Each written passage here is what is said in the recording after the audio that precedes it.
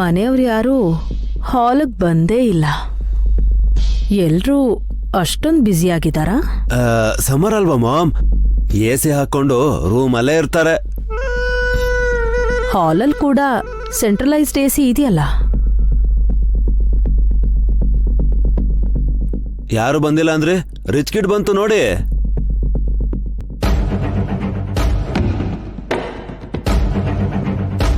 ಗಾಯತ್ರಿ, ದೇವಿಯವರೇ ಅಂತ ಮರ್ಯಾದೆನ ಕೊಟ್ಟು ಮಾತಾಡಿ ಮಾಮ್.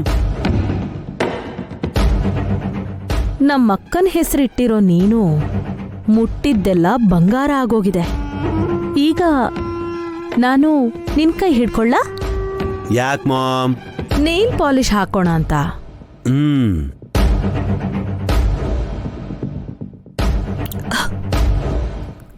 ಗಾಯತ್ರಿ ಎಡಗೈ ಹಿಡ್ಕೊಂಡ್ರೆ ಪರವಾಗಿಲ್ಲ, ಬಲ್ಗೈ ಏನಾದ್ರೂ ಮುಟ್ಟಿದ್ರೆ ಸುಟ್ಟು ಹೋಗುತ್ತೆ. ಇವಾಗ ಏನ್ ಮಾಡೋದು? ಐಡಿಯಾ. ಹಲೋ, ಏನ್ ಹಾಗೆ ನೋಡ್ತಾ ಇದ್ದೀರಾ? ಮಾಮ್ಗೆ ಕೈ ಕೊಡಿ. ಈ ಮಗು ದೊಡ್ಡೋಳಾದ್ಮೇಲೆ ಎಲ್ರಿಗೂ ಕೈ ಕೊಡೋ ತರ ಇದ್ದಾಳೆ ಕಣೋ. ಅಷ್ಟು ಬುದ್ಧಿವಂತೆ ಆಗ್ತಾಳೆ. ನೀವು ನೇಲ್ ಪಾಲಿಶ್ ಹಾಕಿ ಮಾಮ್. ಹೆಣ್ಮಗು ಆಗಿರೋದ್ರಿಂದ ಮೊದ್ಲು ಎಡಗೈಗೆ ಹಾಕ್ತೀನಿ. ಕೈ ಕೊಡು.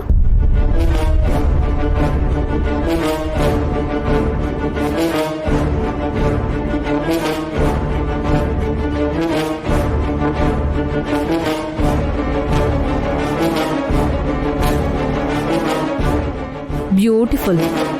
ಚೆನ್ನಾಗಿದೆ ಅಲ್ಲ? ಹೌದು ಮಾಮ್, ಕೋಟಿ ಮುಟ್ಟಿರೋ ಕೈ ಅಲ್ವಾ, ಅದಕ್ಕೆ ಕಳೆ ಇದ್ದೇ ಇರುತ್ತೆ.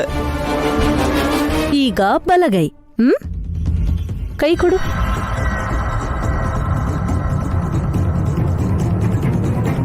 ಹಾಕ್ಲಾ? ಕೊಡು.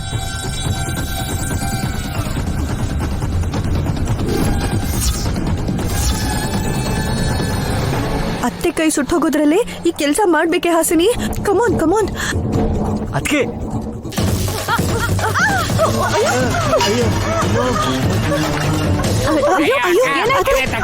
ಏನಾಯ್ತು?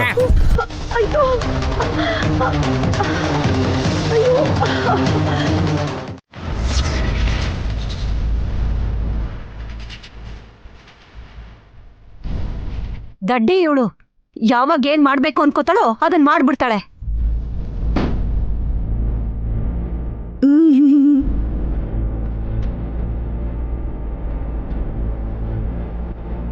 ನಿಜವಾಗ್ಲೇನೋ ಬಿದ್ದಿದೆ, ಆದ್ರೆ ಬೇಕು ಅಂತ ಮಾಡಿರಲ್ಲ ಬಿಡೆ.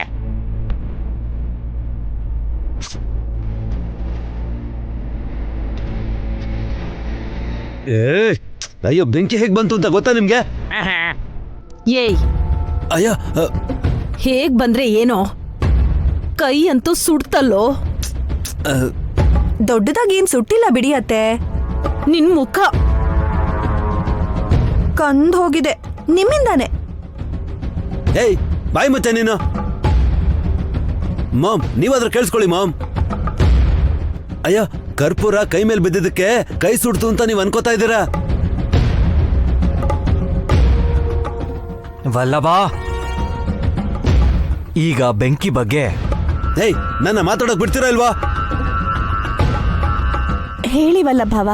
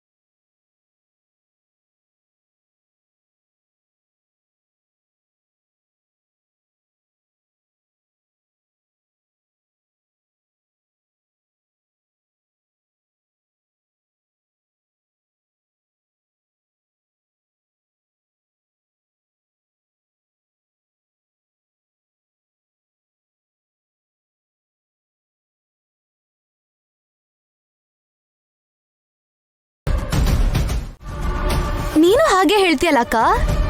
ನಿಜ ಸುಮನ.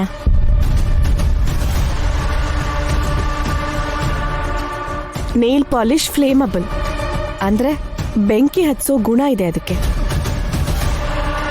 ಅಯ್ಯ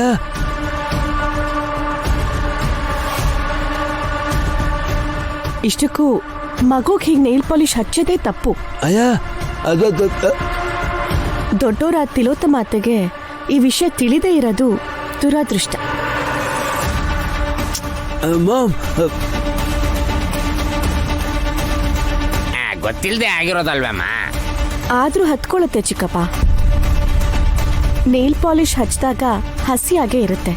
ಆಗ್ಲೇ ಹಾಸಿನಿ ಅಕ್ಕ ಆರ್ತಿ ತಟ್ಟೆ ತಗೊಂಬಂದಿದ್ದು, ಅದ್ ಜಾರ್ ಬಿದ್ದಿದ್ದು, ಅದರಿಂದಾಗಿ ಭಗ್ ಅಂತ ಬೆಂಕಿ ಹತ್ಕೊಂಡಿದ್ದಿಲ್ಲಿ.